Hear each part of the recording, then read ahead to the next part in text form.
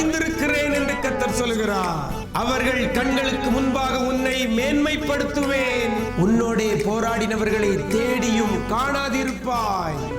நாளில் கூட கர்த்தர் நமக்கு தருகிற ஒரு வார்த்தை வார்த்தை வார்த்தை வார்த்தை நீங்கள் திருப்தியாவீர்கள்.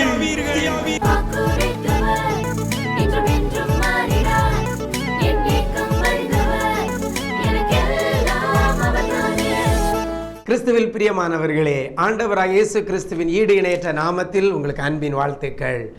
இந்த நல்ல நாளிலையும் கூட, இந்த முதல் நாளில கர்த்தர் நமக்கு தருகிற ஒரு விசேஷித்த வார்த்தை யோவேல் தீர்க்கதரிசியின் புஸ்தகம் 2ஆம் அதிகாரம் 19ஆம் வசனத்தில் கடைசியில் இவ்வாறாக கர்த்தர் சொல்கிறார், நீங்கள் அதனால் திருப்தியாவீர்கள்.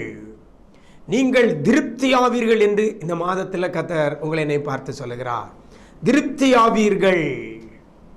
யார் திருப்தி ஆவா? நீங்கள் என்று சொல்லப்பட்டிருக்கிறது. எதனால திருப்தி ஆவாங்க என்று சொல்லி பார்க்கும் பொழுது அதனால் என்று ஒரு காரியத்தை சொல்லிட்டு ஆண்டவர் இவ்வாறாக சொல்லுகிறார், திருப்தியாவீர்கள். எத்தனை பேர் நம்ம வாழ்கிற வாழ்க்கையில திருப்தியோட இருக்கிறோம்? கேள்வி கேட்டு பார்த்தோம்னா இல்லை. ஒருவேளை இருக்க வீடு இருக்குது,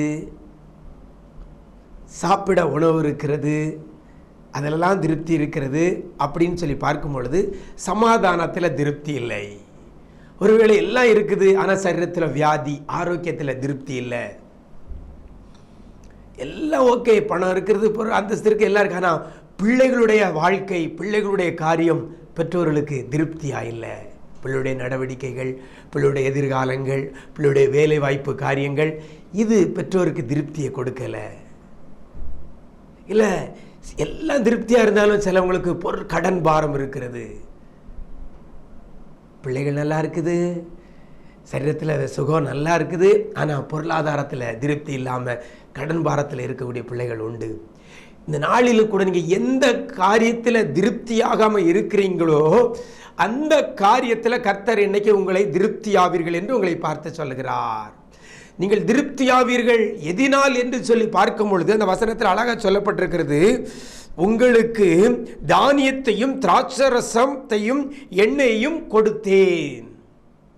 கர்த்தர் உங்களுக்கு தானியத்தையும் திராட்சரசத்தையும் எண்ணெயும் கொடுத்தேன், அதனால் நீங்கள் திருப்தியாவீர்கள் என்று கர்த்தர் சொல்லுகிறார். அப்படியானால் எந்த காரியத்தில் நீங்கள் திருப்தியாக இருக்கிறீங்களோ, எதை கொடுத்தால் திருப்தியாவீர்களோ அதை என் ஆண்டவர் கொடுத்தேன் என்று சொல்லுகிறார்.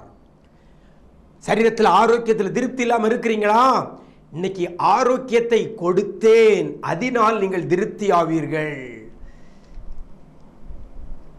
வேலை வாய்ப்பு காரியத்தில் திருப்தி இல்லாமல், ஒரு நாளும் செய்கிற வேலையில் திருப்தி இல்லாமல் ஓடிக்கொண்டிருக்கிறீங்களா?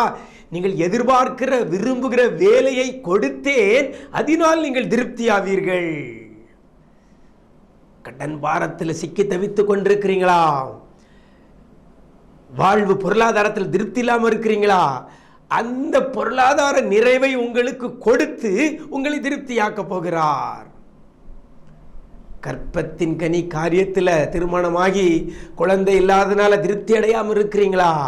அந்த கற்பத்தின் கனியை கொடுத்து உங்களை திருப்தியாக்க போகிறார். அந்த வசனம் அழகாக சொல்லப்படுகிறது. பார்த்தீங்கன்னா, உங்களுக்கு தானியத்தையும் திராட்சரசத்தையும் எண்ணெயும் கொடுத்தேன், நீங்கள் அதனால் திருப்தியாவீர்கள். அப்படியானால் நீங்கள் திருப்தியாகாமல் இருக்கக்கூடிய காரியத்தில் அது எது தேவையோ அதை உங்களுக்கு கொடுக்க போகிறார். உங்களுக்கு தானியமா, தானியத்தை கொடுக்க போகிறார். திராட்சரசமா, திராட்சரசத்தை கொடுக்க போகிறார். இன்னும் கூட அதில் சொல்லும்போது எண்ணெயா, எண்ணெயை கொடுக்க போகிறார். எது நம்மகிட்ட இல்லையோ, எந்த காரியம் நம்மை திருப்திப்படுத்தாமல் இருக்கிறதோ அதை கொடுத்து உங்களை பார்த்து சொல்லுகிறார், நீங்கள் திருப்தி ஆவீர்கள். வேலை வாய்ப்பா, வேலை வாய்ப்பை கத்த தரப்போகிறார். கற்பத்தின் கனி காரியமா, அதை இந்த மாதத்தில் கொடுக்க போகிறார். அழகாக சொல்லப்பட்டது, கொடுத்தேன், கொடுப்பேன்லாம் சொல்லலை, கொடுத்தேன், நீங்கள் அதனால் திருப்தி ஆவீர்கள். இன்னைக்கு கர்த்தர் உங்களுக்கு கொடுக்க போகிறார். கொடுத்துட்டார். இந்த வசனத்தின்படி பார்க்கும்போது உங்களுக்கு கொடுத்துட்டாரு. எந்த காரியத்தில் குறைவோடு கூட இருக்கிறீங்களோ அந்த காரியத்தில் என் ஆண்டவர் உங்களுக்கு அதை கொடுத்துட்டாரு. அதனால, அவர் கொடுத்ததுனால நீங்கள் திருப்தியாக போறீங்க. எனக்கு அருமையான தேவஜனமே, இந்த நாட்களில் எதை எடுத்தாலும் திருப்தி இல்லாத ஒரு சூழ்நிலையில் இருக்கக்கூடிய காரியத்தில் என் ஆண்டவர் அதை கொடுக்க போகிறார். திருப்தி எப்போ வரும்? தேவைக்கு அதிகமாக இருந்தால் திருப்தி வரும். அதுதான் திருப்தி. எல்லாம் ஓகே ஆகிட்டு, ஆனால் ஒரே ஒரு காரியம் மாத்திரம் குறை போட்டுட்டு அப்படின்னு சொல்லும்போது அதில் திருப்தியை நான் பார்க்க முடியாது.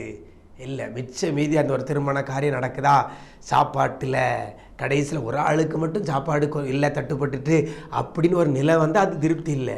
எல்லாரும் சாப்பிட்ட பின்பு மீதி நிறையா இருந்துன்னா அந்த திருமண வீட்டை நடத்துறதுக்கு அந்த காரியத்தை நடத்துனவங்க திருப்தி ஆவாங்க. ஏன்னா தேவைக்கு அதிகமாக வரும்பொழுது இந்த நாளிலும் கூட என் ஆண்டவர் உங்களை திருப்தி ஆவீர்கள் என்று சொல்லுகிறார். அப்படின்னா உங்கள் தேவைக்கு மேலே கர்த்தர் உங்களை கொடுத்து உங்களை ஆசீர்வதிக்க போகிறார். அது வேலை வாய்ப்பா, அதில் திருப்தியாக போகிறீங்க. வருமானமா, அதில் திருப்தியாக போகிறீங்க. இன்னும் கையின் பிரயாசமா, தொழிலா, அதில் நீங்கள் திருப்தியாக போகிறீங்க. எதிர்கால வாழ்க்கையா, அதில் கர்த்தர் உங்களை திருப்தியாக்க போகிறார். எல்லா காரியத்திலையும் கர்த்தர் திருப்தியை உங்களுக்கு கட்டளையிட போகிறார். என்ன தேவை அதை கொடுக்க போகிறார். சரியா? தேவ சமூகத்தில் காத்திருங்க, அவருக்கு உண்மையாயிருங்க.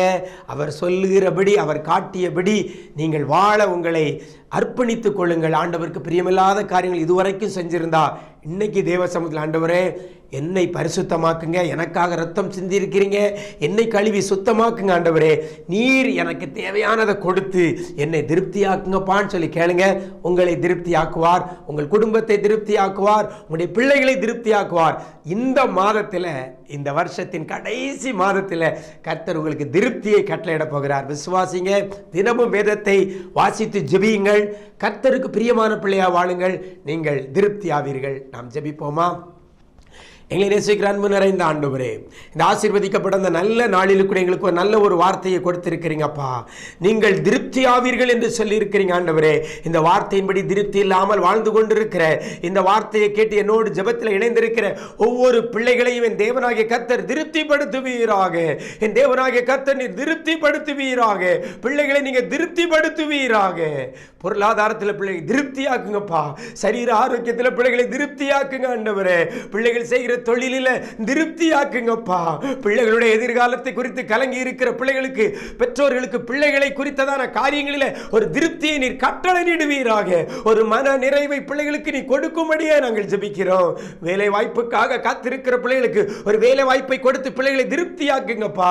கற்பத்தின் கனிக்காக திருமணமாகி பல ஆண்டுகளாகியும் காத்திருக்கிற பிள்ளைகளுக்கு ஒரு கற்பத்தின் கனியை கொடுத்து பிள்ளைகளை நீர் திருப்தியாக்கும்படியே நாங்கள் ஜெபிக்கிறோம். என்னென்ன காரியத்தில் பிள்ளைகள் திருப்தி இல்லாமல் இப்பொழுது ஜெபிக்கிறாங்களோ, எசப்பா உம்முடைய சமூகத்தில் கேட்கிறாங்களோ, அத்தனை பிள்ளைகளையும் என் தேவனாகிய கர்த்தர் அவர்கள் வேண்டிக் கொள்ளுகிற விரும்புகிற காரியத்தில் என் ஆண்டவர் திருப்தியை நீர் கட்டளையிடுவீராக.